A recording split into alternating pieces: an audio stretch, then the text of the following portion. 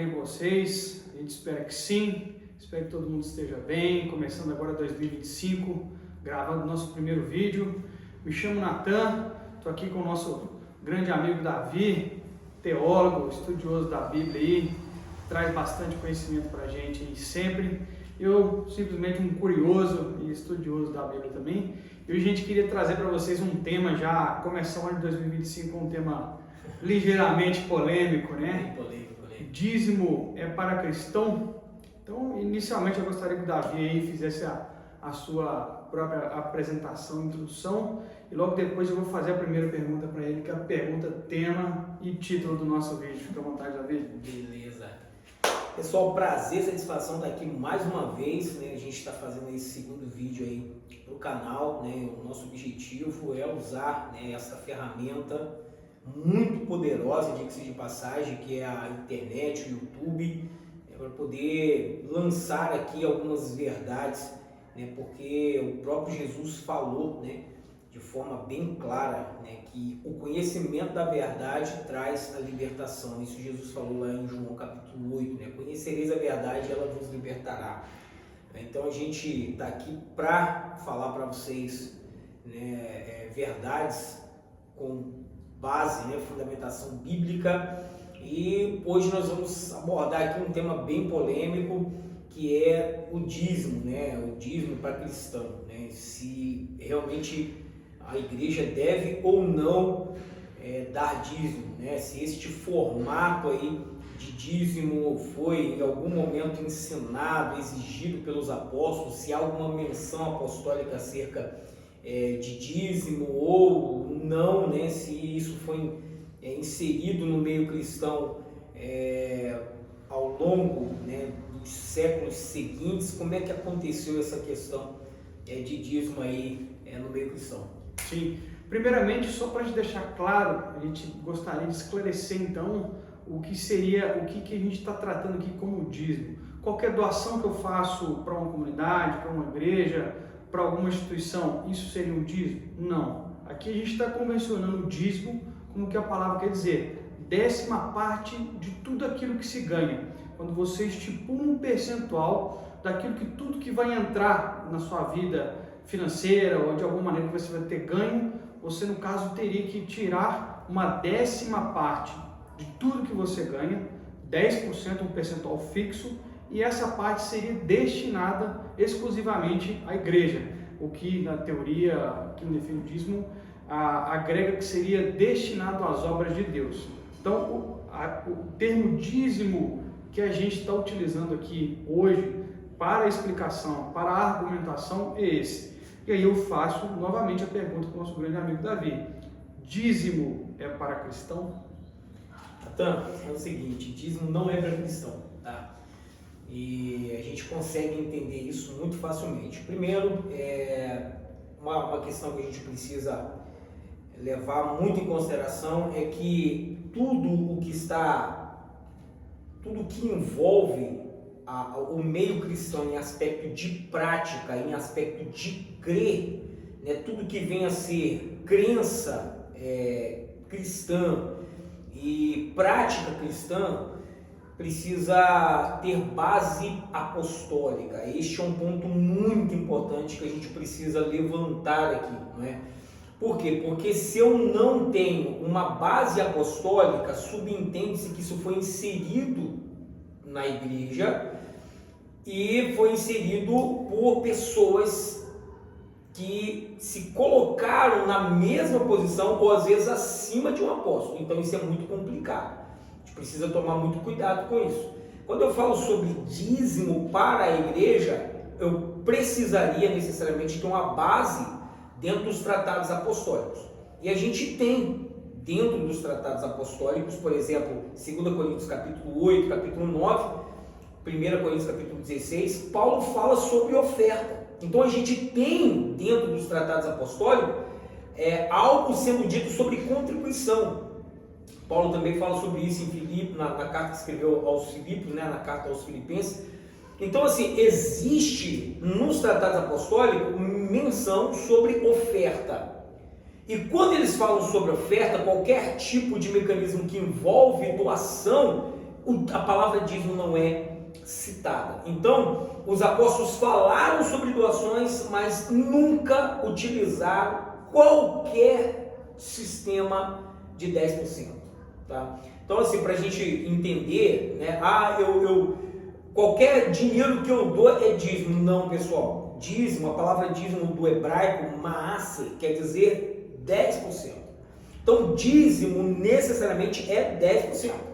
Se você traz uma contribuição para a igreja que você frequenta, a igreja entre aspas, também para o lugar que você frequenta, se você traz uma contribuição sem dosar percentualidade, você está trazendo uma oferta, tá? Dízimo requer necessariamente a palavra etimologicamente falando, maase, quer dizer 10%. Então, não tem como o dízimo ser, eu quero trazer uma oferta de um valor de expressividade, mas que não é de fato 10% do meu salário. Então você está trazendo um dízimo, você está trazendo uma oferta, você não está trazendo um dízimo, tá? Então assim, dízimo não é para cristão, tá? Por quê? Porque não existe entre os apóstolos o ensinamento de se dar dízimo, tá? Isso não foi ensinado na igreja. E nós vamos falar aqui de acordo com o desenrolar desse estudo aqui, a gente vai falar quando é que o dízimo deu as caras dentro, né, da igreja, da era cristã, né? E tem algumas pontuações para a gente fazer também, como Mateus capítulo 23, 23, Hebreus capítulo 7, para quem acha que a gente ia fugir destes textos aqui, né, que são muitas vezes utilizados. A gente vai citar um textinho de um livrinho bem pequeno do Antigo Testamento também, que todo mundo gosta, que é o livro de Malaquias. Malaquias, exato. Com Pode ficar tranquilo que a gente não vai correr da raia não, pessoal. Com certeza. E é o seguinte, lembrando que essa oferta é uma oferta sem coação, então a gente percebe alguns defensores de dízimo dizendo, se você não der os 10%, você está roubando de Deus. Exato. Então, se você não der o seu... Às vezes, uma família que passa dificuldade, está passando um momento complicado, não poderia doar aqueles 10% naquele momento, sofre coação de um líder religioso de determinada comunidade, fala, não, você tem que doar independente disso. Às vezes os da prosperidade, se você doar, você vai receber em troca, como se Deus fosse um banco. Então, lembrando que a oferta, quando ela é de bom grado, de coração, que ela seja mais que 10%, que ela seja 50%, 100%, aquilo que a pessoa se sentir compelido a doar, sem nenhum tipo de coação. Eu estou passando um momento complicado na vida, não tem como eu contribuir agora. Contribua com a sua fé, contribua com a sua presença, contribua com o seu amor à comunidade. Vai fazer muito mais fartura do que um valor coagido de 10%, que às vezes vai tirar da sua própria família, vai tirar do seu próprio sustento, vai ser algo que vai te fazer muita falta. Mas quando tiver um momento de prosperidade, de bons ganhos, e tiver a condição, talvez, de ajudar uma comunidade, um irmão na fé que estiver precisando de ajuda dentro da comunidade, uma ação para ajudar alguma família, e doa 10, 15, 20, 50% daquilo que tiver do seu agrado, que tiver na sua disponibilidade de participar. Mas nunca de maneira a ser coagido, obrigado, nenhum percentual determinado constantemente como forma de doação. Isso que a gente acredita também como as ofertas voluntárias que são descritas no Novo Testamento como um todo. Mas agora voltando aqui também à parte bíblica, tem alguns textos que o pessoal utiliza como forma de defesa à prática do dízimo. Então, começando de trás para frente, vamos começar do livro de Malaquias, uma parte do Antigo Testamento, um livro pequeno, que fala que em relação ao dízimo, o texto exato para lembrar, vocês me perdoam que eu não vou lembrar não. Capítulo 3, versículo 8 ao 10. Sim, que fala que se você não der o dízimo, você está roubando de Deus. Qual é a sua argumentação em defesa que o dízimo não é para cristão, sabendo que no Antigo Testamento, no livro de Malaquias, a gente tem essa passagem? Boa pergunta, Natan. Antes da gente entrar nesse tema, pessoal, né, do livro de Malaquias, eu quero só reforçar o que você falou, que eu achei muito boa essa pontuação que você fez. E eu quero utilizar aqui a Bíblia para a gente poder ver através da Bíblia alguns versículos que dão exatamente esse embasamento do que você falou. Então, primeiro texto que a gente vai pegar, 1 Coríntios capítulo 16, nós vamos fazer aqui a utilização de alguns textos aqui assim vamos ser bem pontuais, né? Não há necessidade de a gente fazer aqui uma colocação de muitos textos. 1 Coríntios 16, eu vou ler do primeiro Coríntios direto para o segundo. Coríntios capítulo 16, no versículo 1, diz o seguinte, olha só, isso aqui é Paulo escrevendo à comunidade de Corinto, tá, pessoal? No capítulo 16 de 1 Coríntios, no capítulo 16, versículo 1, diz assim, ó, quanto à coleta para o povo de Deus, façam como eu os ordenei, assim como ordenei a igreja da Galácia. No primeiro dia da semana, cada um de vocês separe uma quantia de acordo com a sua renda, reservando-a para que não seja preciso fazer coletas quando eu chegar. Então, quando eu chegar, entregarei cartas de recomendação aos homens que vocês aprovarem e os mandarei para Jerusalém com a oferta de vocês. Então, olha só que interessante. A gente sabe que este contexto aqui existe a comunidade, a igreja em Jerusalém estava passando muita dificuldade devido à grande perseguição ali dentro de Jerusalém. E o que acontece? As igrejas da Galácia e várias outras igrejas estavam se mobilizando para poder levantar donativos para a igreja em Jerusalém, os cristãos em Jerusalém. E o que Paulo trata aqui? Paulo diz o seguinte, no primeiro dia da semana, para que não acontecesse, o Paulo passou por Corinto, gente, o que a gente vai fazer com a oferta? Não, espera aí, deixa eu buscar para não acontecer esse atraso de levantar a oferta assim na correria. Paulo fala, no primeiro dia da semana vocês já organizam isso, certo? Paulo está dizendo, no primeiro dia da semana vocês já organizam isso. Agora, Paulo fala aqui o seguinte, faça isso conforme a sua renda. Você pode, você tem condição, conforme o seu ganho, tá? Se você não tem condição, então não faça, não faça. Ah, Davi, mas não é isso que o versículo 16 está dizendo. O capítulo 16 está dizendo. O capítulo 16 está dizendo exatamente isso, porque Paulo fala aqui para que as pessoas levantassem esses donativos conforme a sua prosperidade, conforme a sua renda. O que Paulo está dizendo aqui? Você dá conforme você pode, conforme você tem condição de dar. Então não existe, por Paulo, uma exigência de 10%. Aqui já quebra completamente essa concepção de exigência de 10% aqui. Não tem. Paulo diz, você dá conforme você tem, conforme você pode dar, conforme o seu ganho. Então, você ganha X e você tem condição de dar Y, você dá Y. Não tem quantitativo mínimo nem máximo, certo? Agora, vamos acabar digamos, de fechar essa linha de argumento com 2 Coríntios capítulo 8. 2 Coríntios capítulo 8, pessoal, lá no versículo 12, vai dizer o seguinte, olha só que interessante, 2 Coríntios capítulo 8, versículo 12, porque se há prontidão, a contribuição é aceitável, porém, de acordo com aquilo que alguém tem e não de acordo com o que não tem.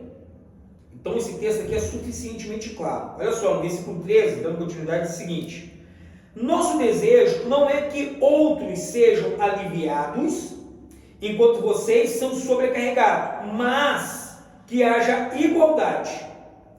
No presente momento, a fartura de vocês suprirá a necessidade deles, para que, por sua vez, a fartura deles supra a necessidade de vocês. Então, haverá igualdade, exatamente como está escrito. Quem tinha recolhido muito, não teve demais, e não faltou a quem tinha recolhido pouco. Então, o que Paulo está instruindo a comunidade de Corinto? Se há prontidão de dar voluntariamente, então que a pessoa se disponibilize para dar, certo? É isso que ele fala. Agora, vamos dizer assim, quais são as regras dessa contribuição que Paulo fala aqui no versículo 12? A contribuição é acerca de quem pode contribuir. Se não tem condição de contribuir, não deve contribuir. Então, esse negócio de falar que quem não está dando dízimo não está roubando de Deus, peraí, isso é um formato veterotestamentário, tá? Isso aí, meu querido irmão, minha querida irmã, eles estão utilizando textos bíblicos, cuja aplicabilidade desse texto é exclusivamente judaico, tá? Então, assim, se eu abro regras, Natan, para me fazer uma utilização de doutrinação, uma utilização de um texto testamentário para doutrinação da igreja, se eu abro esse precedente, o negócio pega, meu irmão. Porque automaticamente eu posso recorrer ao Antigo Testamento sempre que me for conveniente e colocar o meu irmão dentro do contexto da lei. Então aí a madeira canta. Eu tenho, por exemplo, eu posso livremente exigir que o meu irmão seja circuncidado. E mais 612 obrigações presentes na lei de Moisés. Exatamente. Então, assim, o que muitas dessas pessoas não entendem, e existem pessoas que entendem, mas ignoram essas regras, é que você precisa, inegociavelmente, de levar em consideração o contexto do texto para aplicar e interpretar esse texto. Né? Então, você tem que levar o contexto do texto em consideração. Por exemplo, este texto, ele é judaico, ele é da lei, ou ele é um texto cuja aplicabilidade é cristã.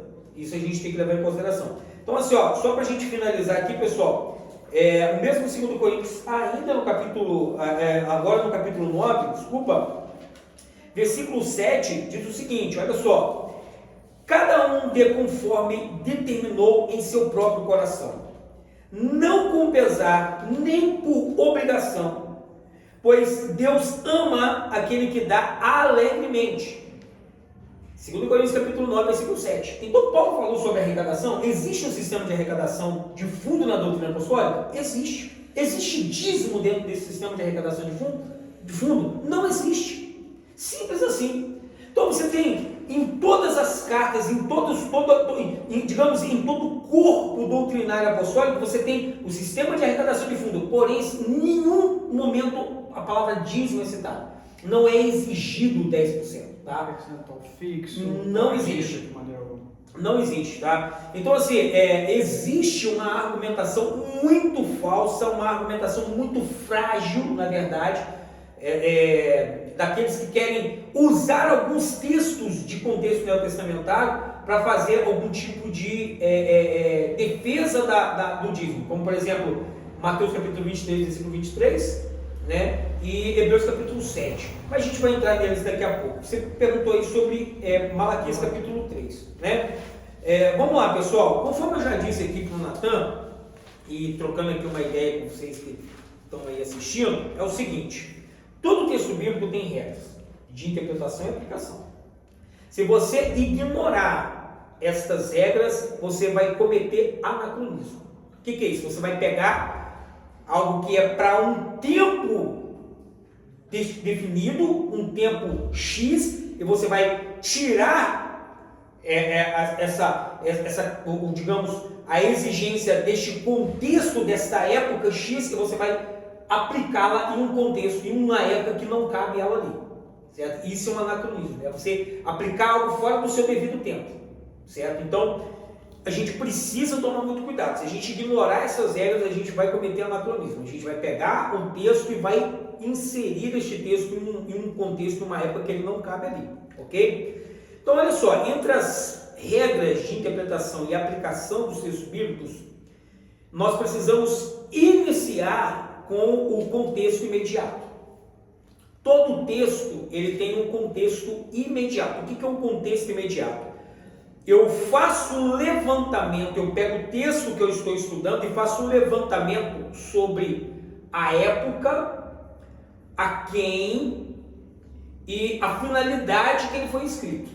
Então, que época que ele foi escrito, para quem ele foi escrito e qual é a finalidade? A finalidade é uma finalidade doutrinária, a finalidade é uma finalidade exortativa, consoladora. Qual que é a finalidade? Eu tenho várias finalidades, o texto bíblico tem várias finalidades, certo? Então, eu tenho que levar em consideração o contexto imediato. O texto está dentro de um contexto, e este contexto do texto, que nós denominamos contexto imediato, é o que vai dizer o que eu vou fazer com o texto. Porque se ele está em uma época específica, direcionada a um povo ou uma pessoa específica, e ele está trazendo ali algum tipo de informação para essa pessoa ou para este povo, então eu preciso trabalhar esse texto delimitadamente dentro desse contexto. O contexto delimita o texto. Eu não posso tirar ele dali, certo? Eu não posso tirar ele dali. Então, quando eu leio o livro de Malaquias, o contexto do livro de Malaquias é veterotestamentário. O contexto do livro de Malaquias é judaísmo. Não podemos utilizar uma única vírgula do livro de Malaquias para doutrinar a igreja cristã. Não podemos. O texto é muito direto, Natan. Olha só. Primeiramente, a quem o texto está sendo direcionado? O capítulo 1 já vai trazer isso aí pra gente. Já vai mostrar pra gente. Entende? Eu tenho que ler. E outra coisa, pessoal, que a gente tem que abrir mão. Para de ler a sua Bíblia com essa subdivisão de capítulo e versículo. O texto no original ele não foi escrito com essa subdivisão de capítulo e versículo. Essa subdivisão de capítulo e versículo, como temos hoje, foram obras de dois eruditos, que é Stephen Langton e Robert Sheehan. Foi os dois caras que subdividiram a Bíblia em capítulos e versículos. Tá? Então, o livro de Malaquias é uma obra única, não existe essa subdivisão de capítulos e versículos. Nós utilizamos essa subdivisão para achar de forma mais precisa e imediata algum trecho da Escritura que nós queremos abordar e falar sobre ele. Ok, tá? É uma espécie de código que nós utilizamos. Agora, olha só que interessante, no capítulo 1 de Malaquias, nós já temos aqui a quem o texto, a obra, no contexto geral dela, é endereçada. Diz o seguinte, uma advertência da palavra do Senhor contra Israel através do ministério de Malaquias. Não está falando que é uma palavra do Senhor para a igreja, certo? Então, no capítulo 1, Natan, por exemplo, eu tenho Deus falando aqui, por exemplo, sobre trazer animais para serem apresentados como meio de oferta. De onde nós extraímos isso? Qual parte da Bíblia fala sobre animais serem sacrificados a Deus? Lei. Exatamente. Então, o pano de fundo em que a obra de Malaquias é escrita é a lei. Por isso que no capítulo 1, por exemplo, a partir do versículo 6, Deus vai falar sobre sacrifícios que eles traziam para Deus. E sabe o que acontecia? Qual que é a indignação de Deus aqui? Esses caras chegaram a um nível tão deplorador de culto a Deus, eles davam um culto a Deus tão deplorável, digamos, tão fedido a erros, a pecados, que esses caras tinham a capacidade de roubar animais e sacrificar animais roubados por Deus. O sacrifício de animal roubado é muito fácil, não é um sacrifício na verdade, né? Cara, isso é uma loucura. Outra coisa, a lei exigia que o animal que fosse trago para sacrifício fosse um animal perfeito. Eles traziam animais coxos. Então, é esse o problema, esse é o B.O. Deus está indignado com Israel por causa da postura da nação, certo? Deus está indignado com os sacerdotes, a gente vai ver isso no capítulo 2, justamente porque os sacerdotes estão participando de tudo isso, eles estão vivendo isso também. Agora, olha só que interessante, quando a gente chega no capítulo 3, no versículo 8, que é o versículo, que é o trecho que se usa muito para falar sobre dízimo, roubar e tudo mais, olha só, aqui no capítulo 3, no versículo 8, diz o seguinte, essa Bíblia tem uns quadros aqui, ó, deixa eu ler aqui, mostrar para o pessoal aqui a parte do versículo 8, diz o seguinte, olha só pessoal, pode um homem roubar a Deus? É uma pergunta, e agora vem uma afirmação da parte de Deus, contudo vocês me roubam, e ainda perguntam, como é que temos te roubado? Deus responde mais uma vez, nos dízimos e nas ofertas. Vocês estão debaixo de grande maldição, porque estão me roubando, toda a nação está me roubando. Opa, peraí. O contexto imediato do texto me mostra uma direção. O texto está sendo direcionado a alguém. O texto está apontando para quem ele está falando. E Deus está falando aqui claramente para toda a nação. Que nação é essa? É a igreja? Se o texto estivesse dizendo, vós me roubais a igreja, eu tudo bem, concordava imediatamente. Mas não está. O texto está dizendo claramente, o texto é um texto diretivo, o texto está apontando, o texto tem uma direção, e ele está dizendo, vós me roubais a nação toda. Então, o texto está falando diretamente para o povo de Israel, a nação, certo? Então, esta nação é que está roubando a Deus. Então, é muito fácil você pegar esse texto e convergir esse texto de forma conveniente ao cristianismo. Converter este texto ao cristianismo. Agora, uma coisa que muitas pessoas não fazem é pegar alguns outros textos do Antigo Testamento, que assim como o texto de Malaquias também foram utilizados para chamar a atenção da nação de Israel por um comportamento anomalítico que eles adotaram, e ninguém pega esses textos para fazer uma aplicação para a igreja no dia de hoje. Como o conselho, por exemplo, que Esdras fez com o povo. Certo? Então, a gente tem que tomar muito cuidado, porque todo texto tem o seu contexto imediato, não dá para fugir disso. Sim, com certeza. A gente então já entendeu basicamente uma explicação muito bem dada, completa em relação ao contexto imediato do livro de Malaquias. Acredito também que outra passagem que o pessoal utiliza bastante, que esse contexto imediato funcione da mesma maneira, a passagem de Melquisedeque no livro de Hebreus. Mesmo estando presente nos escritos do Novo Testamento, ele tem um contexto direcionado, exclusivo ao povo judeu. Mas se você quiser comentar e acrescentar também a passagem específica do livro de Hebreus que comenta sobre o dízimo a Melquisedeque. Então é o seguinte, quando as pessoas usam o texto de Malaquias, e a gente automaticamente traz a pessoa para essa realidade que eu acabei de explicar aqui, e a gente trava essas pessoas que são favoráveis ao dízimo, a gente consegue mostrar para ela que ela não pode utilizar o livro de Malaquias para doutrinar a igreja, aí elas começam a caçar outras desculpas para poder tornar o dízimo aplicável para a igreja. Um desses argumentos, que a meu ver é um dos mais frágeis que existe, é que o dízimo antecede a lei. É exatamente essa passagem que você está falando, onde Abraão, fora do contexto da lei, ele dá um dízimo a Melquisedeque. Isso está lá em Gênesis capítulo 14, certo? Gênesis capítulo 14, Abraão vence uma guerra junto com alguns aliados, e Melquisedeque, que era sacerdote do Deus Altíssimo, vem ao encontro de Abraão, né, para abençoar Abraão, e Abraão então dá o dízimo dos espólios de guerra a Melquisedeque, certo?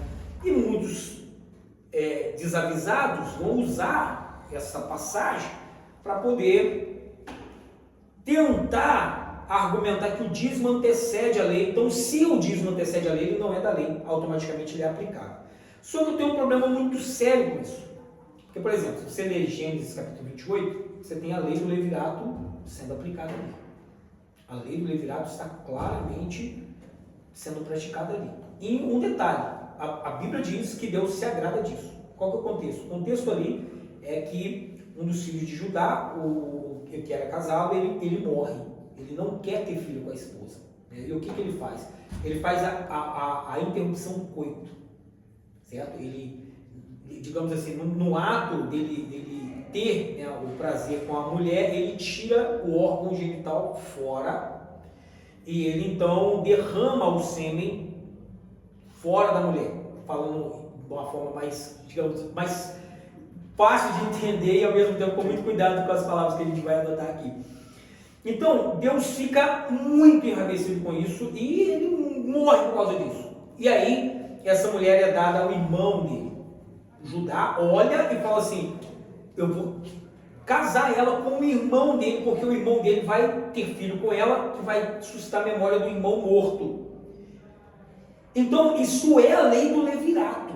Isso é a lei do levirato na íntegra, cara. Então, se eu uso o argumento de que o dízimo antecede a lei, e falo, não, o dízimo não é da lei, então tá, o cristão tem que praticar. E se eu abro um precedente para pelo menos 4 práticas, tem mais, eu vou citar só 4 práticas aqui, que antecedem a lei e que nenhum cristão pratica hoje em dia. Olha só, sacrifício de animais para autopurificação. Ou pecados, praticamente. Exato, ou para purificação de alguém. Isso é algo que antecede a lei. É algo que antecede a lei. Outra coisa que antecede a lei. Então, se você tem animais sendo utilizados na lei para sacrificar, como meio de sacrifício para purificar o pecado da nação de Israel, mas essa prática antecede a lei, porque você tem Jó já fazendo isso aí. E Jó antecede a lei, certo? Outra prática, a lei do levirato, você tem lá em Gênesis capítulo 28, antecede a lei também. Você tem Deus ordenando que Abraão circuncide os seus. Então você tem a circuncisão antes do contexto da lei e você tem o dízimo antes do contexto da lei. Então, se a gente for aplicar o dízimo com base neste argumento, eu tenho um problema muito sério, porque eu automaticamente precisaria de pelo menos ter estes outros 4 comportamentos associados a este argumento de que o dízimo antecede a lei. E esse dízimo que antecede a lei, ele tem um comportamento diferente também. Ele foi feito uma única vez. Em espólios de guerra. Então também, mesmo se você utilizar a passagem de Melquisedeque como argumentação, ela é completamente diferente do que se aplica e se acredita como dízimo hoje. Ele foi realizado somente uma vez em relação a espólios de guerra, não foi em relação a tudo. Exatamente. Então, assim, exato. Se eu quero tornar legítima a prática de Abraão, eu tenho que tornar legítima a origem do dízimo. Espólios de guerra. Exatamente. Então, automaticamente eu estou dizendo que guerra é legal, que eu posso guerrear e automaticamente saquear o meu inimigo vencido na guerra e utilizar esses espólios ali que eu saqueei do meu inimigo e com isso tirar um dízimo para Deus. Sim. Então, não faz sentido, realmente não faz sentido. Então, assim, você tem já em Gênesis Deus santificando o sábado. É o outro ponto que eu queria levantar. Deus já santificou o sábado. Assim que ele concluiu a sua obra, no 7º dia, ele já santificou o 7º dia. Ou seja, o 7º dia já em Gênesis é separado para Deus ali. Então, nós temos muitos cristãos hoje, com exceção do segmento sabatista, que aí entra o adventismo no 7º dia e algumas outras denominações um pouquinho menores, de menos expressividade. Acredito que o segmento sabatista, os adventistas sejam os mais fortes, embora não sejam os únicos, né? Mas você tem ali, cristãos hoje, por exemplo, que não guardam o sábado, que não pratica a circuncisão, não sacrifica animal nem para como é que eu posso dizer, expiação própria ou expiar o pecado dos outros, purificar a si mesmo e purificar ao outro. Você também não tem a prática da circuncisão. Tinha um 4º ponto, lei do levirato, lembrei, a lei do levirato. Você não tem, nenhum cristão pratica isso hoje. E se praticar estaria contra o que Jesus nos ensinou também. Exatamente. Então, por que só o dízimo cabe neste argumento, meu irmão? É uma pergunta que eu quero fazer para você. Por que só o dízimo cabe neste argumento? E falando aqui, né, você falou aí sobre Hebreus capítulo 7, quantas vezes Abraão deu dízimo? Meu irmão, minha irmã, presta atenção. Segundo Hebreus capítulo 7, Abraão deu dízimo uma única vez. Abraão deu dízimo uma única vez. E qual que é a finalidade de citar, mencionar o dízimo de Abraão em Hebreus capítulo 7, Natan? Em nenhum momento o texto está sendo utilizado para doutrinar a igreja a tal comportamento. Não é isso. Primeiro a gente precisa entender o que está por trás da carta aos Hebreus. Então olha só, meus irmãos, presta atenção no que eu vou te explicar aqui. A carta aos Hebreus, assim como toda obra, todo livro bíblico, ele foi escrito por um motivo. Não foi escrito ao léu, existe uma razão, um motivo pelo qual foi escrito. E a carta aos Hebreus, ela foi escrita justamente porque existia muitos judeus que estavam abandonando a fé em Jesus ou estavam praticando uma espécie de fé em Jesus mais as obras da lei. E a gente vê que esse movimento realmente teve muita expressividade. Inclusive foi um dos principais problemas da igreja, o ativismo judaico ali nos primeiros séculos. Né? É o denominado movimento ebionista. Né? Então, olha só, pessoal. O autor que escreveu aos Hebreus, que eu não vou correr o risco de afirmar aqui se foi Paulo, se foi Apolo, a gente não vai correr o risco de afirmar. Existe muita conjectura sobre isso e a Bíblia não fala quem é o autor, se a Bíblia não diz, nem eu. Né? Então, ponto final. Mas a carta aos Hebreus é escrita com uma finalidade. Qual é a finalidade? O autor está mostrando para os hebreus que existem estereótipos na lei e que esses estereótipos já foram concretizados em Jesus. já se cumpriram em Jesus. Então, assim, aquilo que estava na lei, os sacrifícios, os dias e tudo mais, eles se cumprem em Jesus, se materializam em Jesus, e Jesus concretiza na cruz, na sua morte, na sua ressurreição. Ele traz agora uma nova dispensação. É isso que a carta aos Hebreus quer dizer. Então, o autor aos Hebreus vai ter que pegar vários conceitos judaicos para mostrar que estes conceitos, eles deixaram de ser simbólicos e se materializaram em Jesus, e uma vez que se materializaram em Jesus, eles foram cumpridos, e automaticamente a gente agora vive por fé em Jesus, e ponto final. E a partir do capítulo 4, o autor vai mostrar a legitimidade do sacerdócio de Cristo. Este é o ponto que o capítulo 7, o contexto do capítulo 7 está inserido, certo? Então, o que o autor, ao chegar no capítulo 7 e citar sobre o dízimo que Abraão pagou em Melquisedeque, o que ele está querendo dizer com isso? Ele está mostrando o seguinte: Jesus, ele vem de uma linhagem. Qual linhagem é essa? O autor explica que é a linhagem de Melquisedeque.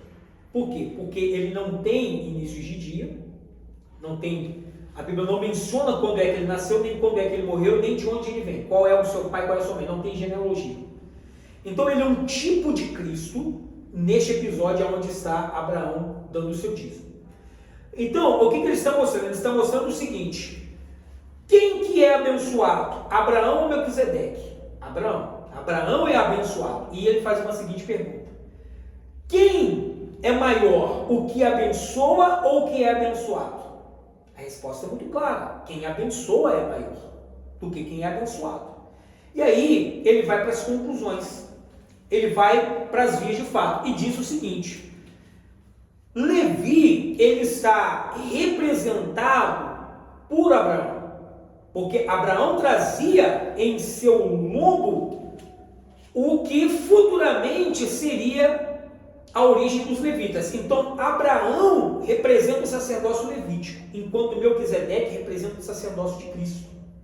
Então, se Abraão deu dízimo a Melquisedeque, isso significa que Levi precisa reconhecer que o sacerdócio de Cristo é superior a ele, da mesma forma que no episódio entre Abraão e Melquisedeque, Abraão é abençoado, é ele que dá o dízimo e é abençoado. Da mesma forma, os levitas, o sacerdócio levítico, ele precisa reconhecer que Jesus é que é maior do que ele, justamente usando essa figura de Abraão e Melquisedeque. Este é o ponto. Então, assim, vamos fazer uma aplicação de Hebreus capítulo 7, tá? Fazer uma aplicação de Hebreus capítulo 7 na íntegra, nós temos que ir lá em Israel, reunir todos os levitas, os filhos de Levi, e falar: vocês vão pagar dízimo para Jesus.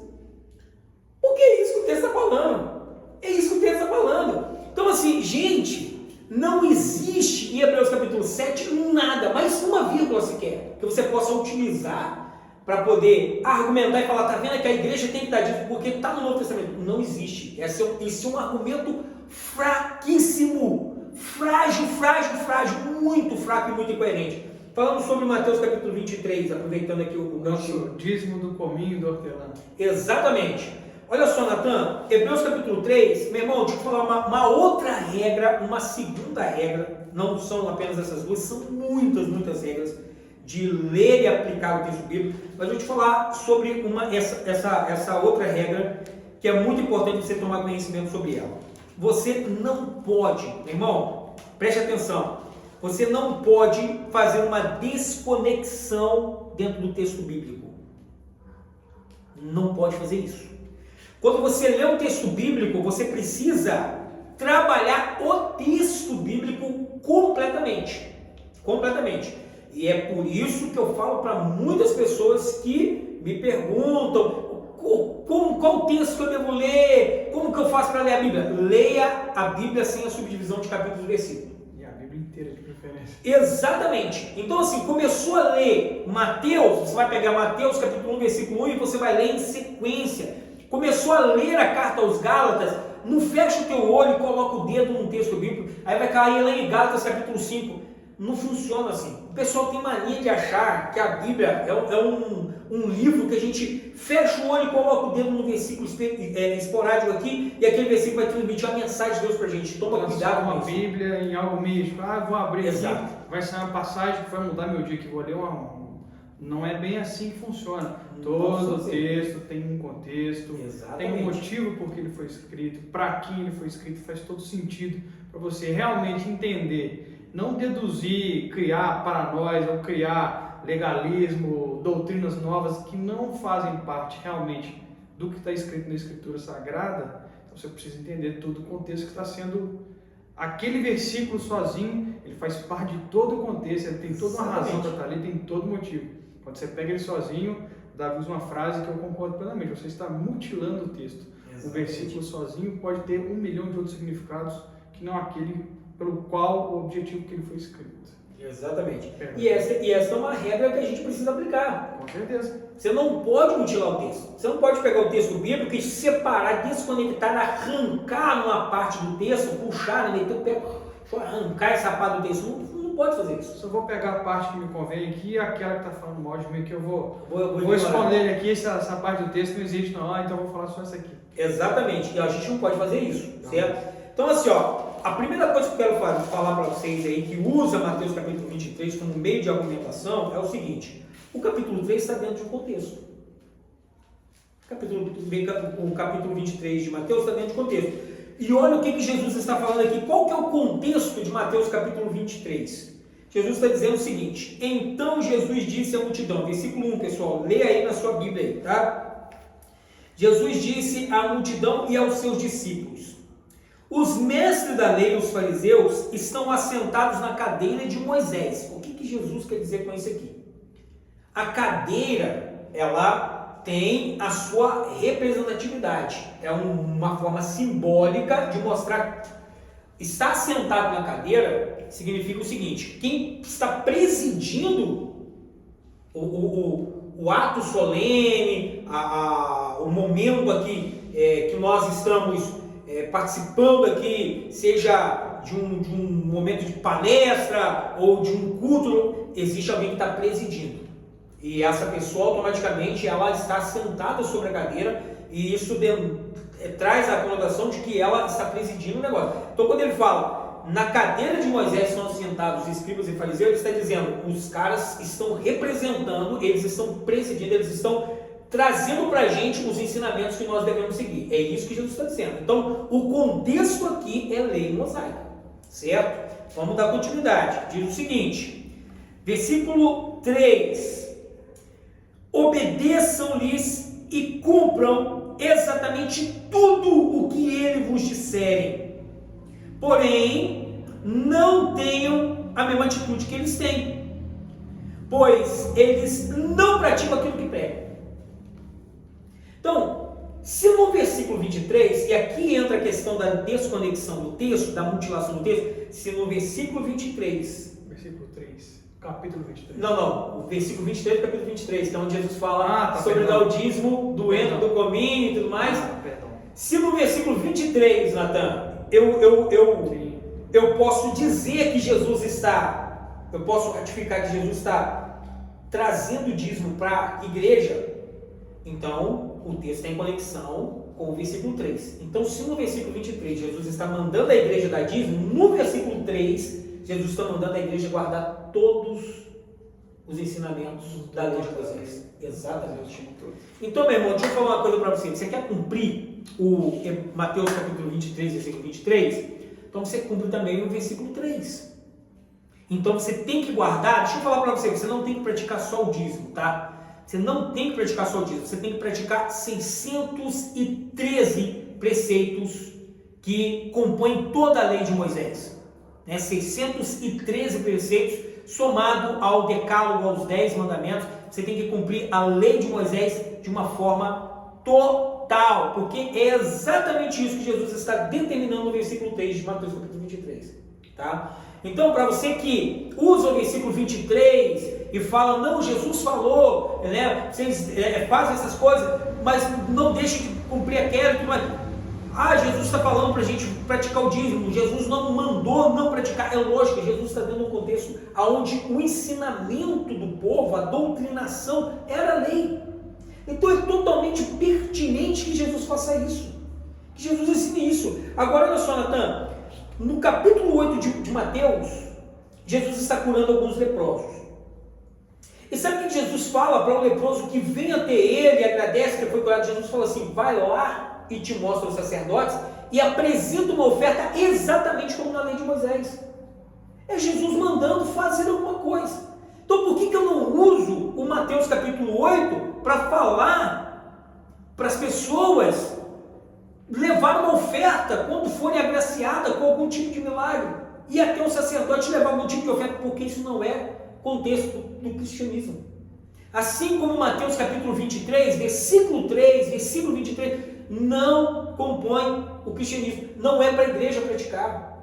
Quando Jesus mandou fazer muitas coisas, Jesus realmente mandou, mas ele mandou fazer dentro de um contexto específico. Então, assim, muito do que Jesus ensinou está dentro de um contexto judaico. E aí a gente tem que tomar muito cuidado, porque Jesus vem para cumprir a lei. Ele cumpre a lei. E Jesus não pode deixar de cumprir, de viver, de praticar a lei nos mínimos detalhes. Ele é um judeu, ele é o filho de Deus. Agora, o que nós temos na doutrina apostólica, por exemplo, em Coríntios capítulo 3, Paulo vai falar sobre isso, versículo 12, Paulo vai mostrar que a lei em Jesus, ela findou, ela acabou, ela caducou em Jesus. Paulo cumpriu. Exato. Paulo, quando escreve aos Gálatas, fala, pelas obras, ele vai dizer que aqueles que se deixam circuncidar, aqueles que guardam a lei, se desprenderam de Cristo, caiu da graça.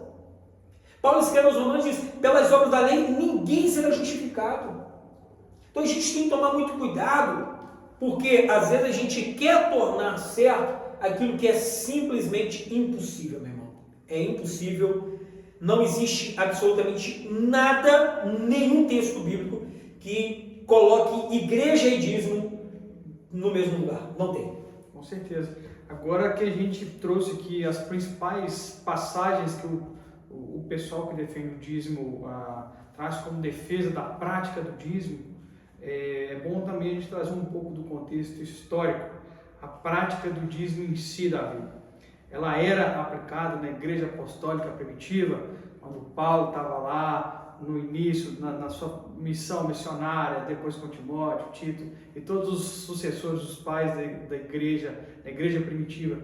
Existia de praxe a prática do dízimo conceitual que a gente citou aqui mais cedo, ou ele foi adotado posteriormente por alguma manobra, alguma coisa do gênero?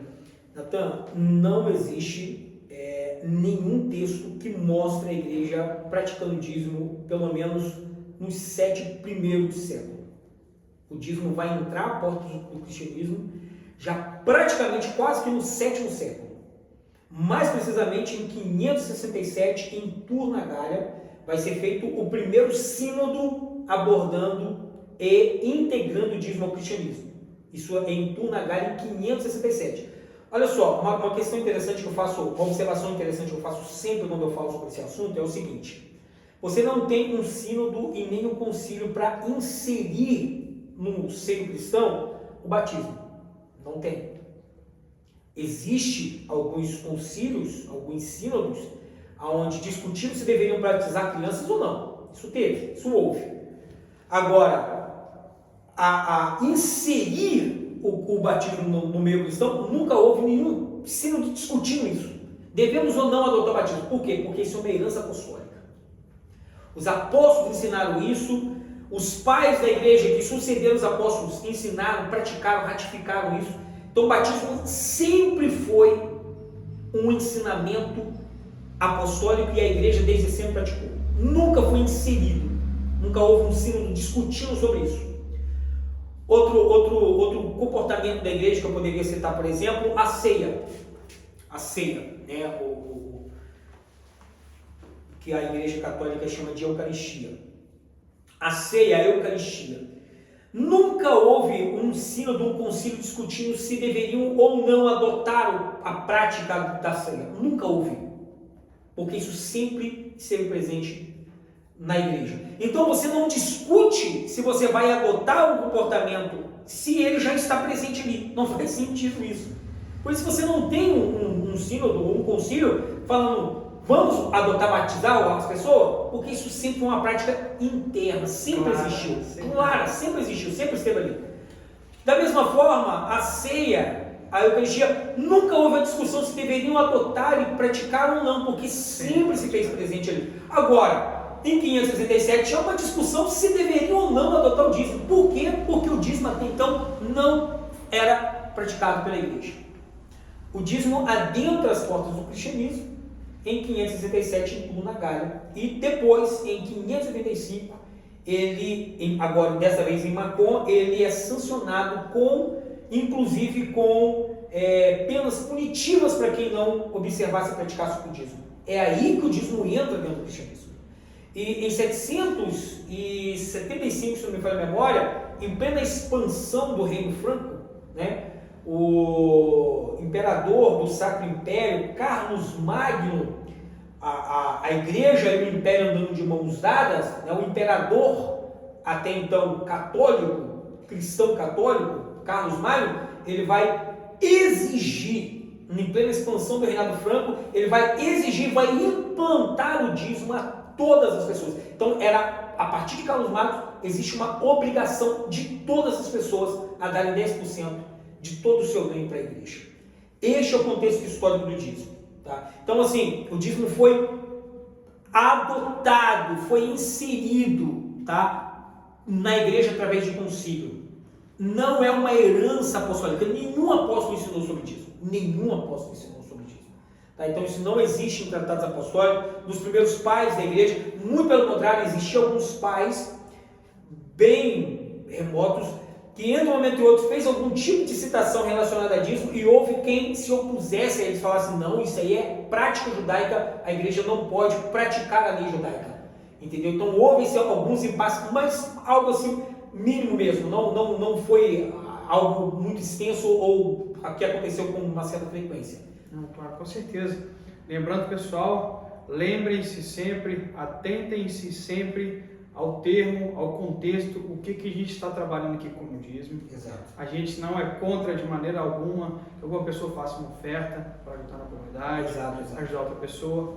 A gente está trabalhando aqui mais uma vez o tema dízimo como obrigatório, um percentual fixo de 10% de tudo aquilo que você ganha, tá joia? Bom, acredito que o Davi abordou, são abordagens que eu concordo, por isso no momento nenhum eu discordei dele, porque ele sabe que quando eu discordo a gente terá embates, conversaremos, discutiremos quando há discordância, mas concordo em todos os argumentos que o Davi trouxe e apresentou aqui, a gente é concordante nesses assuntos. Essa é a nossa opinião, o nosso tratado que a gente trouxe, trazendo aqui como base a própria Bíblia, interpretação coesa, coerente e sensata da palavra de Deus, trazendo análise teológica, análise do contexto e análise textual como um todo, para a gente poder tentar trazer análise mais simples, sensata, coerente e da nossa análise verdadeira de coração do que a gente está tendo aqui como correspondência na Sagrada Escritura. Queria agradecer a vocês mais uma vez a oportunidade de estar aqui falando.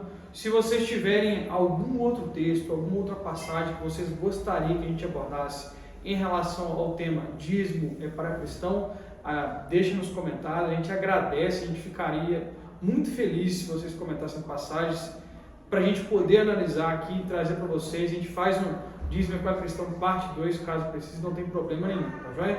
Você gostaria de falar mais alguma coisa? Sim, só, pessoal, agradecer, né? E dizer para vocês o seguinte, Natan, todo o confrontamento ele é realmente importante. Com certeza, a gente não tem problema com quem nos confronta, a gente está aqui para tentar entender da maneira mais séria e sensata possível a Bíblia, tudo que vier a agregar para a gente de maneira educada, de maneira a discutirmos de maneira inteligente, mesmo sensata, para a gente agregar, de maneira nenhuma será um problema. Exatamente. E eu sei que muitas pessoas que assistem, que acessam esse tipo de conteúdo se sentem muito incomodadas, porque de certa forma, elas entendem o seguinte: o cara está me atacando, o cara tá... Não, a gente está te confrontando. Existe uma diferença muito grande entre afrontar e confrontar. Tá? Então, assim, ninguém está aqui afrontando você. A gente não está aqui dizendo, você é burro, você pratica disso, você é burro, você não entende nada. A gente não está aqui te afrontando. A gente está confrontando os seus pensamentos, as suas definições, as suas bases a respeito de que o dízimo é algo viável e praticável para cristão. É esse o ponto. Então, assim, estude o que nós estamos falando aqui. Pesquise, busque, procura, porque uma coisa que muitas pessoas não sabem, eu me tornei uma pessoa avessa ao dízimo cristão, buscando estudar para me tornar um defensor em termos de argumentos mais amplos e precisos de que o dízimo era para cristãos. Então, eu buscando, digamos assim, estudar o tema para poder argumentar favoravelmente, eu acabei sendo desconstruído disso. Porque, cara, quando você se depara com a verdade, pessoal, quando nós nos deparamos com a verdade, a gente só temos duas únicas coisas que podemos fazer com aquela verdade. Ou ser transformados por essa verdade, ou deixar que essa verdade nos mude, nos liberte, que é o que Jesus fala em João capítulo 8, ou eu pego essa verdade e jogo ela para debaixo do tapete, ignoro essa verdade. A segunda opção, certamente, não é uma opção muito inteligente a ser escolhida, tá? Então, nós estamos aqui falando para vocês pesquisarem, estudarem, buscar, conhecer um pouquinho mais a fundo este assunto. E eu quero agradecer o Natan mais uma vez e agradecer a vocês aí, né, por acessarem os vídeos e curtam, comentem, compartilhem e trazem aí alguns temas para a gente poder bater papo aqui. Com certeza. Finalizar com a citação do Dr. Luiz Saião, uma vez um tema sobre dízimo, e ele falou uma frase que para mim é muito sensata: 10% de tudo que você ganha não é de Deus. Tudo é de Deus, não só esses 10%. Então, exatamente, a gente tem que ter consciência disso, que tudo é de Deus, não só os 10% que a gente daria para alguma coisa, tudo é de Deus. Então, a gente nunca vai estar roubando de Deus, porque é de Deus e tudo é de Deus. Pessoal, mais uma vez, muito obrigado. Até mais. Um abraço.